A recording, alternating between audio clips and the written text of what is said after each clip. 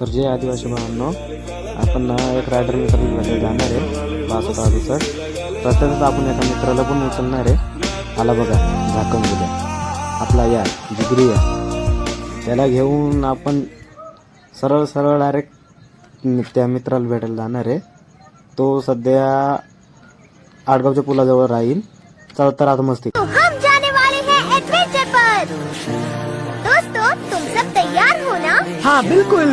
बड़े होकर पता नहीं हम सब ऐसा हंगामेदार एडवेंचर कर पाएंगे या नहीं।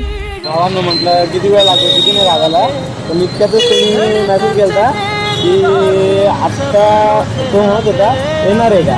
म्हटलं दादा आलोय आम्ही, येतच असेल आता कदाचित. 20 minutes later. तर मित्रांनो आलेला आहे तो दादा. आता आम्ही त्यांच्याशी बोलणं करतो. हॅलो, हा बघून घ्या, हा आपला एक नंबर. तो आता नेमकी त्याची काय पत्रकार मीटिंग आहे, त्याच्यामुळे तिकडं आला. त्याला आम्ही बोललो होतो त्या तू इथे येऊन जा, तुझ्याशी बोलणं करायचं आहे थोडं. त्याच्याकडून माहिती घेतली. म्हटलं आता कुठेतरी फिरायला जाऊ. आठवतच नव्हतं, पण म्हटलं चला चालत तर राहू, कुठेतरी फिरायला जाऊ. त्यात रस्त्यामध्ये एवढे खड्डे ना, त्याला मापच नाही. नंतर आठवलं चला आता पांडवलेना जाऊ. आणि आकर्षक लेण्यांपैकी एक आहे पांडव लेणी. ही एक खडक कापून बनवलेली लेणी आहे.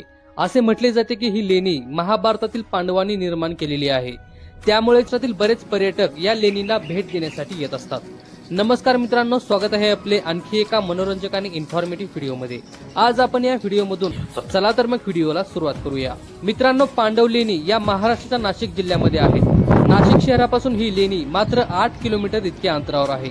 नाशिक मुंबई महामार्गाजवळ एका मोठ्या टेकडीवर असलेल्या या लेण्या महाराष्ट्रातील बऱ्याच पर्यटकांना आकर्षित करत असतात. पांडव लेणी ही खूपच प्राचीन आहे. या लेणीत असलेल्या पाली भाषेतील शिलालेखावरून ही लेणी तब्बल 2000 वर्षापूर्वीची आहे असे समजते. पांडव लेणीत एकूण 24 गुहा असलेले संकुल आहे. प्राचीन काळात पांडव लेणीला त्रिरेशमी या नावाने संबोधले जायचे. महाभारतातील पांडवांनी ही लेणी मात्र एका रात्रीत तयार केली आहे